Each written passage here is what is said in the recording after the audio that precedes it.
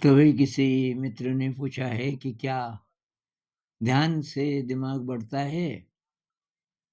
भाई ध्यान से न केवल दिमाग बढ़ता है, बल्कि आपकी सभी प्रकार की दिव्य शक्तियाँ बढ़ती हैं और आपकी उम्र भी बढ़ती है।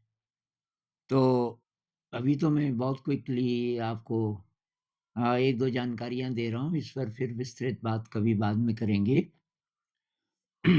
तो एक महिला हुई जिनका नाम था एलिज़ाबेथ हेलेन ब्लैकबर्न और इनको नोबेल प्राइज़ मिला था 2009 में। नोबेल प्राइज़ किस चीज़ के लिए मिला? तो उन्होंने ये पता किया कि हमारी जो कोशिकाएँ हैं, हर कोशिका के अंदर एक डीएनए और डीएनए पैक्ड होता है क्रोमोसोम्स के अंदर। ये क्रोमोसोम की शक्ल है और हर क्रोमोसोम हर क्रोमोसोम के अंदर डीएनए है। तो ये ऐसी-ऐसी इसकी शक्ल होती है और इसके एंड में देखो क्रोमोसोम के एंड में ये टोपी जैसे जो हैं पीले-पीले। तो जब सेल डिवाइड करता है, 1 सेल से 2 होते हैं, 2 से 4 होते हैं, ये पता होगा आपको। तो हर बार ये छोटे पड़ते जाते हैं। कौन? ये टोपियाँ। इसके जब 2 हुए, बाकी सारा मटेरियल डुप्लिकेट हुआ, ये भी डुप्लिकेट हुए उसमें लेकिन उसमें ज़रा-सा साइज़ में फ़र्क पड़ता है। ऐसे करते एक उम्र के बाद ये बहुत ही छोटे पड़ जाते हैं और इसीलिए कि इंसान बूढ़ा होता है, जर्जर होता है और उसकी स्पीड अगर कम हो जाए छोटे होने की, मतलब ये इतने ज़्यादा छोटे ना हों अगर तो उसकी उम्र बढ़ती जाएगी। और उन्होंने फिर बाद में ये भी सिद्ध किया कि जो लोग ध्यान करते हैं, उनके टेलोमेयर्स थोड़ा धीमी गति से छोटे पड़ेंगे तो बहुत धीमी गति से बढ़ेंगे, उनकी उम्र लंबी होती जाएगी। तो ये भई बहुत कमाल की जानकारी है।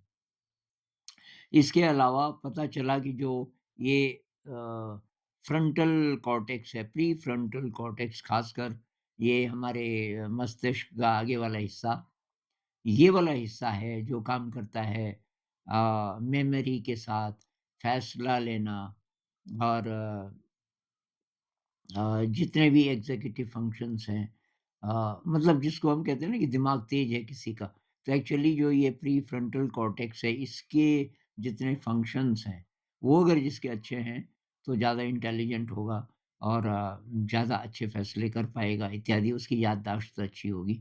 तो ये पाया गया कि जो लोग ध्यान करते हैं, उनमें ये एरिया ज़्यादा थिक हो जाता है, इसमें ज़्यादा न्यूरॉन्स बड़े ज़्यादा हो जाते हैं न्यूरॉन्स भी, नर्व सेल्स, जिसको न्यूरोजेनेसिस कहते हैं और न्यूरॉन्स के जो कनेक्शंस हैं आपस में, वो भी बहुत ज़्यादा बढ़ जाते हैं। इसका मतलब है कि इंसान ज़्यादा इंटेलिजेंट हो जाएगा, वो मेमोरी को ज़्यादा जल्दी रिटेन कर पाएगा, रिट्रीव कर पाएगा, मतलब जो आपने याद किया हुआ है, वो ठीक टाइम पे आपको ठीक से याद आने लगेगा। आप सही फैसला ले पाएँगे, खासकर विद्यार्थी लोग। सही फैसले का मतलब है कि क्या सही उत्तर है, इसको कैसे लिखें, इन्फॉर्मेशन को कैसे प्रेज़ेंट करें, ये सारी स्किल्स आपकी बढ़ेंगी अगर आप ध्यान का अभ्यास करोगे।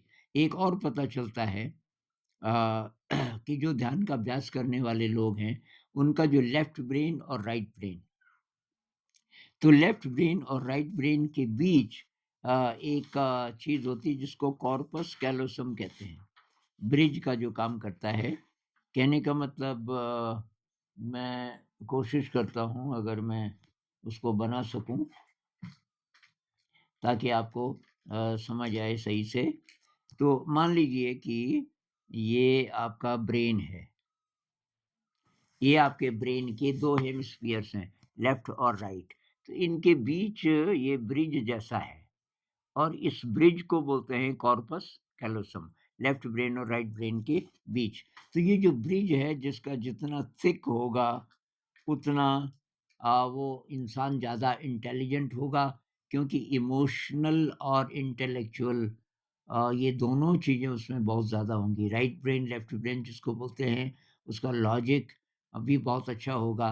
और उसकी जो जो इमोशनल जो शक्तियाँ हैं वो भी अच्छी होंगी। इन दोनों की ज़रूरत पड़ती है सही फैसला लेने के लिए। अ, तो ये भी पाया गया। आइंस्टाइन का कि यही ब्रेन में मतलब यही नई बात थी कि कॉर्पस कैलोसम लेफ्ट ब्रेन और राइट ब्रेन के बीच ये जो ब्रिज है, ये बहुत थिक था। इसमें बहुत ज़्यादा न्यूरॉन्स थे और मेडिटेटर्स के ब्रेन को स्टडी करके भी यही पता चलता है। जो काफ़ी लंबे समय से ध्यान करते आ रहे हैं, उनका कॉर्पस कैलोसम काफ़ी शक्तिशाली होता है। तो वही मेडिटेशन के तो बहुत सारे फ़ायदे हैं, जिसमें से मैंने कुछ गिनाए क्योंकि आपका जो सवाल है उससे लगता है कि आपको अभी ध्यान के बारे में काफ़ी कम जानकारी है या आशंकाएँ हैं, तो इस पे और बात बाद में करेंगे। नमस्कार।